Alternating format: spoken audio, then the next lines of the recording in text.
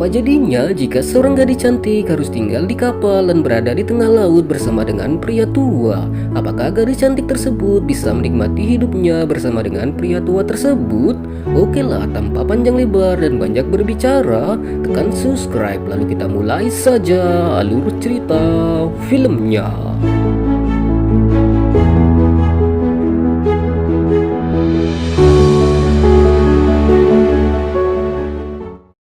Kisah diawali dengan seorang pak tua yang tinggal dan hidup di sebuah kapal, yang mana pak tua ini tinggal di kapalnya bersama dengan seorang gadis cantik yang bernama Han.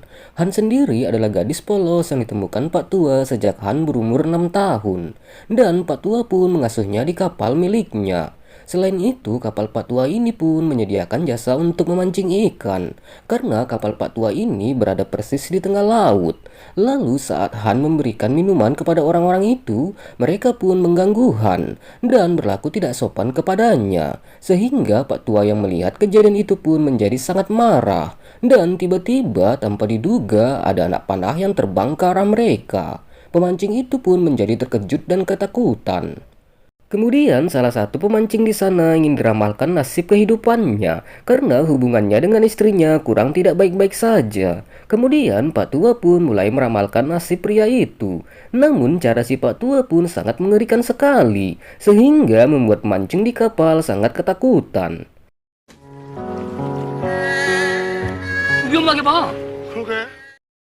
Lalu ketika selesai, Pak Tua pun memberitahukan hasil ramalannya. Namun ketika diberitahu oleh si Pak Tua, pria itu pun justru malah marah besar kepada si Pak Tua. Dan tak selang berapa lama, para pemancing pun akhirnya pulang dari kapal si Pak Tua. Kemudian malam harinya, Han pun dimandikan oleh si Pak Tua, di mana hal ini mulai dilakukan Pak Tua sejak Han diasuhnya. Lalu setelahnya Pak Tua pun keluar dari kapal sambil memainkan musiknya. Dan kemudian dia pun menghampiri Han yang sedang tertidur. Di sini Pak Tua pun mengukur tinggi badannya. Lalu Pak Tua juga mencatat hari pernikahannya dengan si Han. Lalu beberapa hari kemudian pria itu pun datang lagi untuk memancing. Di sini mereka kembali memancing di kapal si Pak Tua. Dan karena ada hal yang unik, Han pun pergi menemui mereka. Namun di sana pemancing ini kembali berbuat tidak sopan kepada si Han. Dan setelahnya inilah yang terjadi.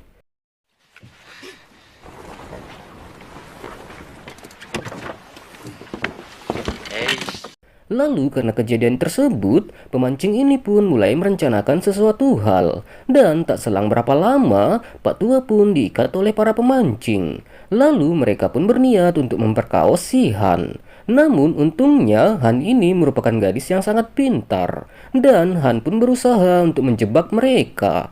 Lalu setelahnya anak panah pun terbang ke arah mereka. Keesokan harinya ada terlihat beberapa orang yang berniat memancing di kapal si Pak Tua. Dan Han pun melihat salah satu pria yang sangat tampan. Sehingga Han pun terpesona akan ketampanan pria tersebut. Pria tersebut bernama Seo. Lalu ketika sedang memancing, Han pun menemui Seo di sana. Dan Pak Tua pun melihat kejadian itu sangat marah. Dan setelahnya inilah yang terjadi.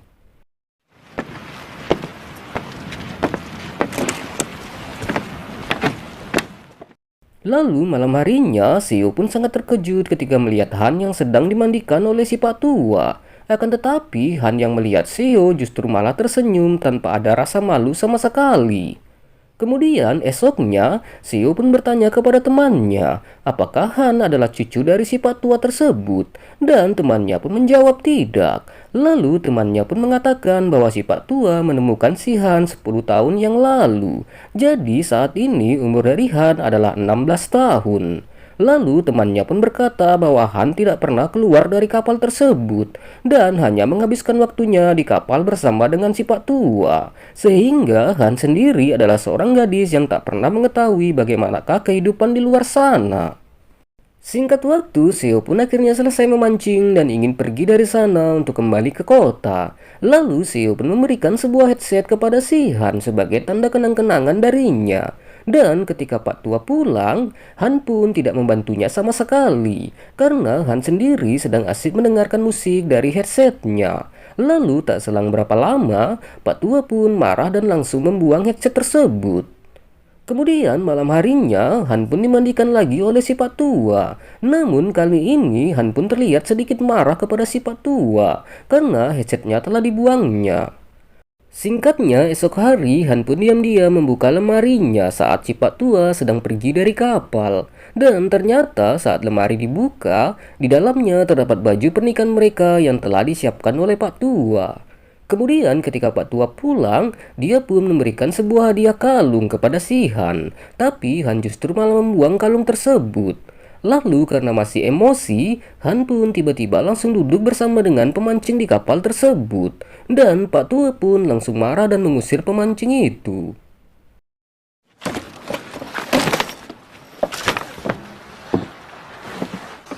Singkat cerita, Seo pun datang lagi ke kapal si Pak Tua. Dan Han yang melihat Seo datang merasa sangat senang dengan kedatangannya. Lalu setelah itu Han pun datang menghampirinya. Di sini mereka berdua pun terlihat sangat akrab sekali. Apalagi mereka berdua juga melakukan sesi foto bersama. Namun tiba-tiba anak panah cemburu pun terbang ke arah mereka. Lalu Han pun mengambil anak panah tersebut dan menemui Pak Tua dan langsung mematahkannya di hadapan Pak Tua.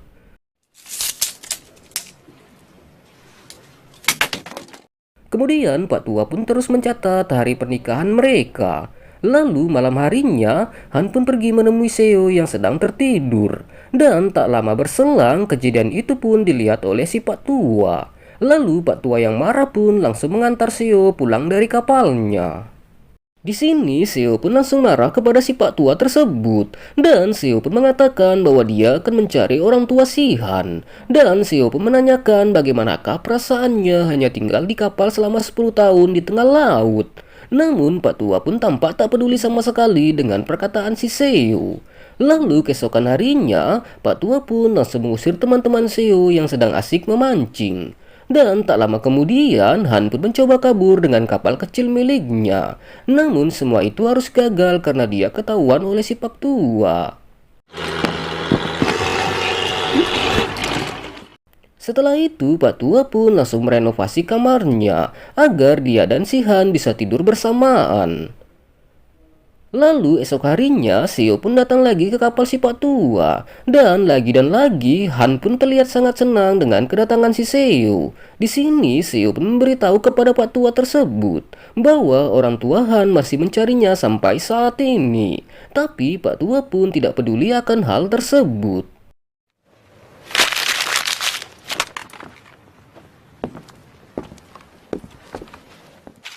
Kemudian Seo pun mengajak Han untuk pergi dari kapal si Pak Tua agar Han bisa melihat dunia yang sebenarnya di luar sana. Namun Pak Tua yang melihatnya pun langsung menyerang Seo dengan anak panah miliknya. Tapi hal itu bisa dicegah oleh si Han dengan memasang dirinya sebagai tameng.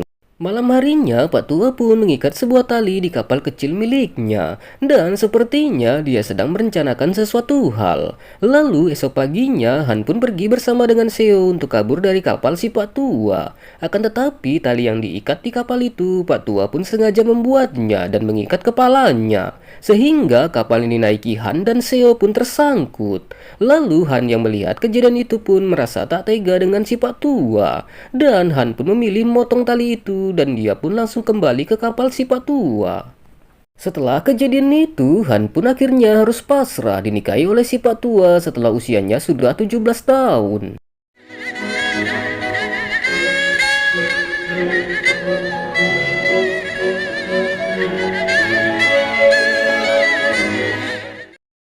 Kemudian mereka berdua pun pergi ke tengah-tengah laut. Lalu di sana Pak Tua pun langsung memainkan musiknya agar terlihat lebih romantis. Sehingga Han pun harus tertidur karena musik tersebut. Lalu tak lama berselang Pak Tua tersebut pun berdiri di atas kapalnya dan langsung meloncat ke dalam laut. Dan anehnya Pak Tua itu pun tidak muncul kembali dari permukaan laut. Lalu Seo yang berada di kapal pun melihat kapal kecil itu kembali. Namun ketika kapal itu sampai, Seo pun melihat Han yang sedang beradu mekanik dengan makhluk yang tak terlihat. Lalu Seo pun langsung membangunkan Han. Kemudian Han dan Seo pun pergi dari sana dengan kapal kecil tersebut. Sedangkan kapal yang besar itu pun harus tenggelam juga. Oke lah teman-teman, sekianlah untuk alur cerita film kali ini. Apabila ada salah kata yang terucap, mohon dimaafkan. Saya Jack Doom mengucapkan terima kasih banyak. And see you next content.